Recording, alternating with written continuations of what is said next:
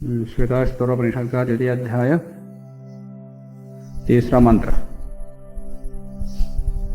युक्त्वाया सविता देवान् स्वर्यतो धिया दिवं बृहज्योतिः करिष्यतः सविता प्रसवाति तान्। सविता सकल जगत का उत्पादक प्रेरक परमात्मा या सब ऐश्वर्यों को प्राप्त करने वाले प्रकाशक योगी स्वर्यतो धिया दिवम स्वर्यतः धिया चयतः स्वर्यतः दिवं चयतः माने सुख को देने वाला, आनंद को, अलौकिक मोक्ष आनंद को देने वाला, प्राप्त करने वाला, और दिवम यतः दिव को, द्युलोक को, प्रकाश लोक को, ज्ञान लोक को प्राप्त करने वाले देवान, देवों को, इंद्रियों को, दिव्य गुणों से युक्त जो इंद्रिय हैं उन इंद्रियों को धिया युक्त्वाया बुद्धि से, बुद्धि की वृत्तियों से, धी का अर्थ प्राण भी है, प्राण के अभ्यास से, प्राणायाम के अभ्यास से युक्त्वाया युक्त होकर के, समाधिस्थ होकर के, बृहद ज्योति ही करिष्यतः महान ज्योति को प्राप्त करता हुआ योगाभ्यासी को विशेष प्रकार का ज्ञान मिलता है जो कि लौकिक प्रत्यक्ष से भिन्न, प्रत्यक्ष और अनुमान शब्द प्रमाण से भिन्न ज्ञान का प्रकाश होता है, जिसको क्या कहते, ऋतंभ्रा प्रज्ञा। उस ज्योति को, उस ज्ञान को प्राप्त करता है तो एक महान ज्योति है, महान ज्ञान प्रकाश है। बृहद ज्योति ही करिष्यतः सविता ऐसे ऐश्वर्य युक्त होकर प्रसवाती तान उन देवों को, उन इंद्रियों को प्रेरित करता है। उसी प्रकार से योग मार्ग में आगे बढ़ें, उससे निचले मार्ग में नहीं। इस प्रकार से अपने इंद्रियों को वो प्राप्त करता है। तो यहाँ पर स्वर्यतः दिवं यतः, स्वर्यतः से लौकिक सुख और दिवं यतः अलौकिक मोक्षानंद को, सुख को प्राप्त करना, ये दोनों ही बताया। योगाभ्यास से केवल मोक्षानंद ही नहीं, लौकिक सुख भी प्राप्त होता है। योग दर्शन में भी अनेकत्र आया। और लौकिक सुख योगी को ही मिल सकता, अन्य को नहीं। अन्य तो रोगी बनते। लौकिक पदार्थों को भोगता हुआ सामान्य व्यक्ति रोगी होता, सामान्य वस्तुओं को भोगता हुआ सुखी तो योगी ही होता, अन्य कोई नहीं। इसलिए स्वर्यतः दिवं यतः, और भोग और अपवर्ग दोनों को सुनियोजित ढंग से करता है, प्राप्त करता है। और योगाभ्यास से इंद्रियों की शक्ति बहुत ज्यादा बढ़ जाती है, हर एक इंद्रिय की शक्ति। इसलिए वो देव भी, उसमें जो भी दिव्य गुण है सब जागृत हो जाते हैं। तो हर एक इंद्रिय की शक्ति बहुत ज्यादा बढ़ जाती है, तो और ज्यादा बहुत ज्यादा सुख ले सकता है लौकिक, जिसको वो उचित समझता, अनुचित को नहीं। इस पर स्वामी जी लिखते हैं, ये योग पदार्थ विद्या अभ्यस्यन्ति, जो योग विद्या को और पदार्थ विद्या को दोनों ले लिया। योग विद्या माने दिवं यतः, और स्वर्यतः के लिए पदार्थ विद्या, भौतिक विद्या। इन दोनों का अभ्यास करता है, यथार्थ ज्ञान प्राप्त करता है, ते अविद्यादि क्लेशानां निवारकान् शुद्धान गुणान जनितुं शक्नुवन्ति। वो अविद्यादि क्लेशों को निवारण करने वाले जो शुद्ध गुण है, वो अपने अंतःकरण को पवित्र करता है, इंद्रियों को शुद्ध करता है। तो जो जिसकी इंद्रियां शुद्ध हो, जिसका अंतःकरण शुद्ध हो, तो हर एक पदार्थ को अच्छी तरह जान लेता है और वो जल्दी मुक्त हो भी सकता है। तो शुद्धान गुणान जनितुं शक्नुवन्ति, वो शुद्ध गुणों को उत्पन्न करने में समर्थ होते। वही यहाँ देवान कहा, देवान युक्ताय। तो शुद्धान गुणान जनितुं शक्नुवन्ति, यह उपदेशकादि योगम तत्वज्ञानम च प्राप्य, जो उपदेश से योग को और तत्वज्ञान को, तत्वज्ञान मान जो पदार्थ जैसा है उसको वैसा ही साक्षात्कार करना, ऐसे तत्वज्ञान को प्राप्त करके प्राप्त एवं अभ्यासेत, इस प्रकार का अभ्यास करें। सोपि एतान प्राप्नुयात्, वो भी इस प्रकार के दिव्य शक्तियों को प्राप्त करें या शुद्ध गुणों को प्राप्त करें। इसके बाद परमात्मा की स्तुति क्या है, परमात्मा की स्तुति किस प्रकार की जा सकती है और कैसी होनी चाहिए, इस विषय में आगे कहते हैं, युञ्जते मनः उत युञ्जते धियः विप्रा विप्रस्य बृहतो विपश्चितः विहोत्रा दधे वयुनाविद एका इत मही देवस्य सवितुः परिष्टुति।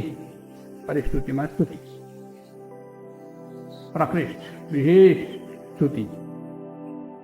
होत्राः विप्राः, जो होता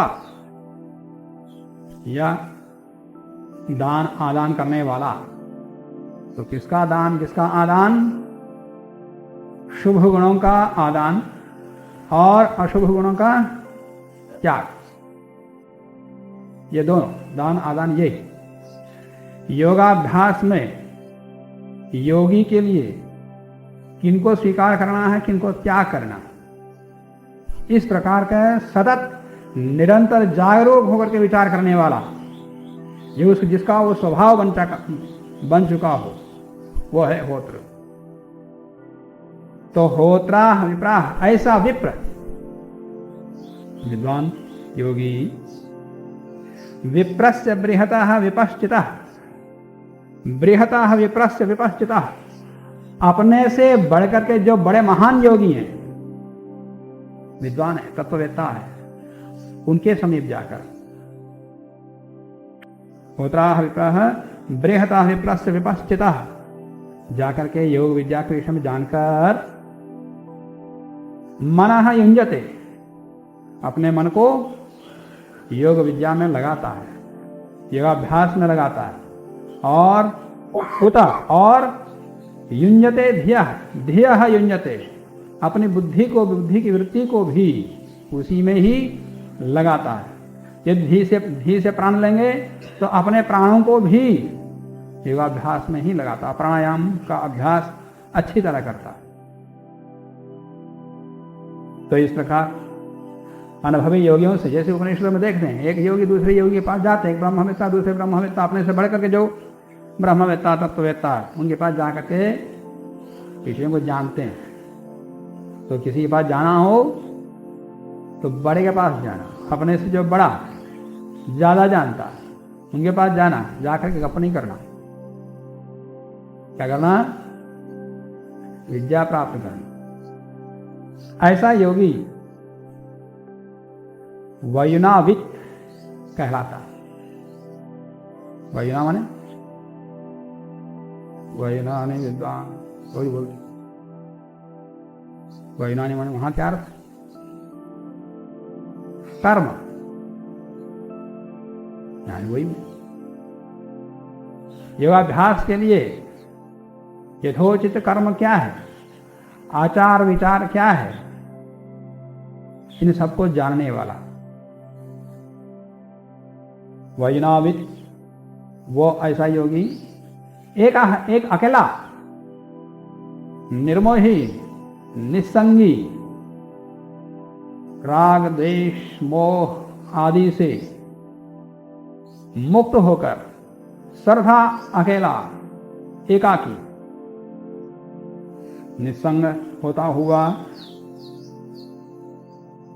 विदधे विभिन्न प्रकार के ज्ञानों को कर्मों को वो धारण करता।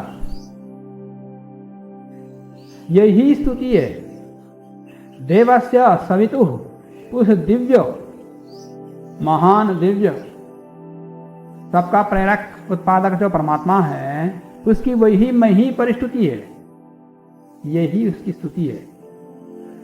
ये नहीं कि माला पकड़ करके जप कर दिया, वो स्तुति नहीं। स्तुति तो व्यवहार में, योगाभ्यास में, आध्यात्मिक चिंतन में। तो देवस्य मही, देवस्य सवितुः मही परिस्तुति ही यही बड़ी स्तुति है। इससे बढ़कर के और कोई स्तुति नहीं है। इस विषय में स्वामी दयानंद जी लिखते हैं कि ये युक्ताहार विहाराः एकांते देशे परमात्मानं युञ्जते। और योगाभ्यास करने के लिए युक्त आहार विहार, क्या खाना क्या नहीं खाना, कितना खाना कितना नहीं खाना, कैसे खाना, इधर देखते हुए, हंसते हुए, खेलते हुए, गप करते हुए, ये नहीं, मौन होकर केवल को भोजन देखते हुए। और ये भोजन नहीं है, ये एक अग्निहोत्र है। उधर की अग्नि में इन आहुतियों को डाल रहे हैं श्रद्धा भक्ति के साथ, और रस लेते हुए, जो खाते हैं रस लेते खाने, रस में मन लगाए तो रस भी पता लगता है। जब उधर देखते रस देखते तो कहाँ रस पता, उधर जिधर देखते जिधर बात करते वो रस आता, वो है रस आ रहा, कितना चबा रहे हैं, कितना रस आ रहा है उसमें, वो रहता पूरा रस 1 घंटा है। युक्ताहार विहारा, अविहार भी व्यवहार, कैसे शुद्ध रहना, अपने परिसर को, अपनी वस्तुओं को, पुस्तकों को, वस्त्रों को कैसे शुद्ध रखना, नियमित अपनी दिनचर्या सर्वथा नियमित, युक्त आहार युक्त विहार करने वाले जो योगी हैं, ये एकांत देश, एकांत स्थान में, जहां कोई शोर ना हो, कोई शब्द ना हो, आवाज ना हो, परमात्मानं युञ्जते, परमात्मा में अपने मन को लगाते हैं, इधर उधर नहीं लगाते, परमात्मा में लगाते हैं। वो परमात्मा है, ये परमात्मा है। तो परमात्मानं युञ्जते, ते ऐसे लोग तत्वज्ञानम प्राप्त, तत्वज्ञान को प्राप्त करके, यथार्थ ज्ञान को प्राप्त करके, अभी यथार्थ ज्ञान को नहीं पता, प्राप्त करके नित्यम सुखम जानते, नित्य मोक्ष सुख को प्राप्त करते हैं। इस मंत्र का अर्थ स्वामी जी ने लिखा। अलग